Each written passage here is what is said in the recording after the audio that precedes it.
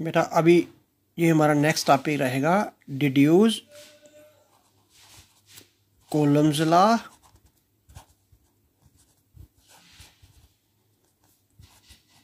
From the Gauss's law, है ना। अभी आपने गॉस लॉ की डेरिवेशन की। गॉस लॉ क्या था कि how we can find electric flux of close surface enclosing some charge, है ना। तो now deduce from Coulomb's law from Gauss law. तो हमें कहाँ से चलना होगा? हमें गॉस लॉ से शुरू करना होगा। गॉस लॉ क्या कहता है? इलेक्ट्रिक फ्लक्स किसी भी क्लोज सरफेस का इज इक्वल टू 1 टाइम्स किसका? चार्ज इनक्लोज बाय द, है ना, ये चीज। तो वही चीज मैं जहां ले लेता हूं। मान के चलिए कि हमारे पास एक ये क्लोज सरफेस है ना। This close surface enclosing some charge Q and let R be the radius of this closed surface.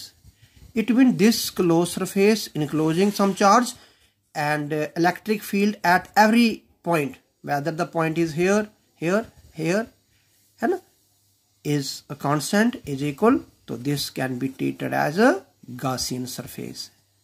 Gaussian surface. In short, Gaussian surface physics में हमने वो सरफेस मान के चलना है जिस सरफेस के ऊपर कहीं पर भी अगर हम इलेक्ट्रिक फील्ड की वैल्यू निकालें तो इलेक्ट्रिक फील्ड की वैल्यू एक जैसी रहे, है ना।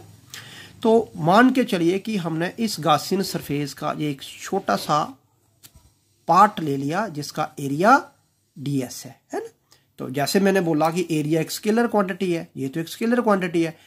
अब मुझे क्या करना पड़ेगा बेटा? इसको वेक्टर बनाने के लिए बिल्कुल एक नॉर्मल ड्रा करना पड़ेगा इन द आउटवर्ड डायरेक्शन। जब मैंने एक नॉर्मल ड्रा कर दिया आउटवर्ड डायरेक्शन में, तो इसी चीज को आप अभी ds वेक्टर ले सकते हैं, है ना। तो ds वेक्टर क्या रहेगा? Surface as well as normal drawn on that surface in the outward direction is treated as area vector. अगर मैं इस पॉइंट की बात करूं बेटा, इस पॉइंट को मैं P ले लेता हूं। इस पॉइंट पे अगर इलेक्ट्रिक फील्ड की बात करूं तो इलेक्ट्रिक फील्ड की लाइन भी जो है आपने देखा पॉजिटिव चार्ज से रेडियली आउटवर्ड रहेगी, तो उसकी डायरेक्शन भी ये रही। इन शॉर्ट जहां पर E और ds है ना, जो ds क्या है? एरिया वेक्टर, और इलेक्ट्रिक फील्ड जो है वो आपने पैरेलल लिया जहां पे, और थीटा जहां पे भी 0 डिग्री आ गया। अगर यही मैं स्मॉल सरफेस जो है जहां पे लेता हूं, बिल्कुल वहां पे भी वही सिचुएशन है, यहाँ पे वही है ना। सो हर जगह पे बिल्कुल सेम टाइप की सिचुएशन आपको मिलेगी, ठीक है। अब मैं क्या करके चलता हूं? मैं गॉस थ्योरम से डिड्यूस करना है तो मैं गॉस लॉ लेता हूं। गॉस लॉ क्या आ गया? Electric flux of the close surface is equal to Q divide by epsilon not. अब आप देख रहे हैं इधर इलेक्ट्रिक फील्ड और एरिया वेक्टर एक दूसरे के पैरेलल है, इनके बीच का एंगल 0 डिग्री है। तो जब मैं यहाँ पे एंगल क्या करूँगा? 0 डिग्री पुट करूँगा तो हमारे पास 0 डिग्री 1 होता है, तो ये हमारे पास सिर्फ बन जाएगा EDS Q divide by epsilon not, right. अब देखिए, जैसे कि गॉसियन सरफेस के ऊपर ये P पॉइंट इधर के बजाय इधर लिया होता, यहाँ लिया होता, तो इलेक्ट्रिक फील्ड की वैल्यू हर जगह पे सेम रखेंगी। तो इलेक्ट्रिक फील्ड को मैं कांस्टेंट ट्रीट करके इंटीग्रल के बाहर लेके आ रहा हूँ, है ना। तो ds means integration of this small surface, है ना। तो ऐसे बहुत सारे स्मॉल सरफेस मिला के पूरा सरफेस बनेगा। तो ds मीन्स पूरा सफेयर मीन्स एरिया इस पूरे सफेयर का, एरिया ऑफ द सफेयर, जिसे मैं s लिख रहा हूं वो क्या ऊपर एप्सिलॉन नॉट हो जाएगा, है ना। तो E सफेयर का एरिया 4 पाई रेडियस का स्क्वायर ये लिख रहे हैं, तो Q divide by epsilon not. जहां मैं अगर बात करूं तो 4 पाई एप्सिलॉन नॉट मैं पहले ले लेता हूं आर स्क्वायर, जिसको थोड़ा सा रीअरेंज करके मैं इस तरीके से लिख लेता हूं तो ये हमारे पास इलेक्ट्रिक फील्ड निकल गई गॉसियन सरफेस के किसी भी पॉइंट पर कितनी इलेक्ट्रिक फील्ड होगी, इतनी इलेक्ट्रिक फील्ड होगी।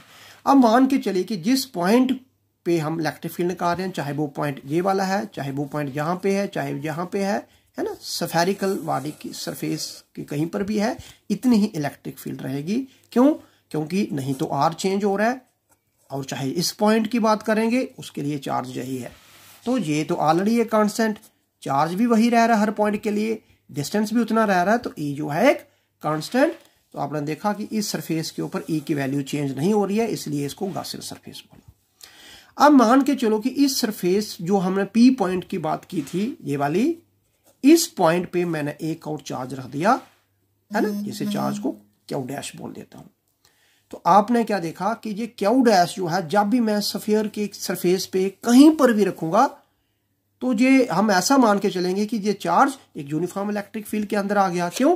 क्योंकि हर जगह पे इलेक्ट्रिक फील्ड है, और जब एक चार्ज इलेक्ट्रिक फील्ड पे आता है तो उस पर फोर्स आती है। कितनी फोर्स आती है? चार्ज कितना है और जिस जगह उसे रखा गया वहां इलेक्ट्रिक फील्ड कितनी है ना। तो मैं क्या करता हूं, now place Q dash over the Gaussian surface, है ना। आप गॉसियन सरफेस के ऊपर कहीं पर भी आ गए तो उस पे क्या होगा, then force acting on Q dash will be. तो मैंने बोला कितनी फोर्स आएगी, चार्ज कितना है और जिस जगह पे आपने रखा उस जगह पे इलेक्ट्रिक फील्ड कितनी है। तो चार्ज तो क्यू डैश है, इलेक्ट्रिक फील्ड की वैल्यू आपने पहले रखी हुई है 1/4 pi epsilon not Q divide by R square, है ना। तो जिसे आप थोड़ा सा रीअरेंज करके लिखिए, 1/q एप्सिलॉन नॉट, ये आ गया क्यू और ये आ गया क्यू डैश, ये आ गया आर स्क्वायर, है ना। What is this? Which is a coulomb law. तो now you have seen how Coulomb law is derived from Gauss law or Gauss theorem. अगर as per as its direction is concerned, तो जो भी हमारे पास F की direction किस तरफ, in the direction of E। अगर मैं कह रहा हूं इस पे फोर्स किस तरफ लग रही है, इस तरफ लग रही है, क्योंकि E की डायरेक्शन इधर ही है। अगर ये चार्ज इधर है तो इस पे फोर्स किस तरफ लगेगी, बिल्कुल इस तरफ लगेगी, है ना, क्योंकि E की डायरेक्शन ये है तो फोर्स की डायरेक्शन भी ये है। अगर ये चार्ज किधर है, इस पे किस तरफ फोर्स लगेगी, इस तरफ फोर्स लगेगी। अगर ये चार्ज इस तरफ है तो इस तरफ फोर्स लगेगी, है ना। तो क्योंकि लाइंस रेडियली आउटवर्ड ही रहेंगी तो फोर्स भी रेडियल आउटवर्ड डायरेक्शन में ही लगेगी। Thank you very much.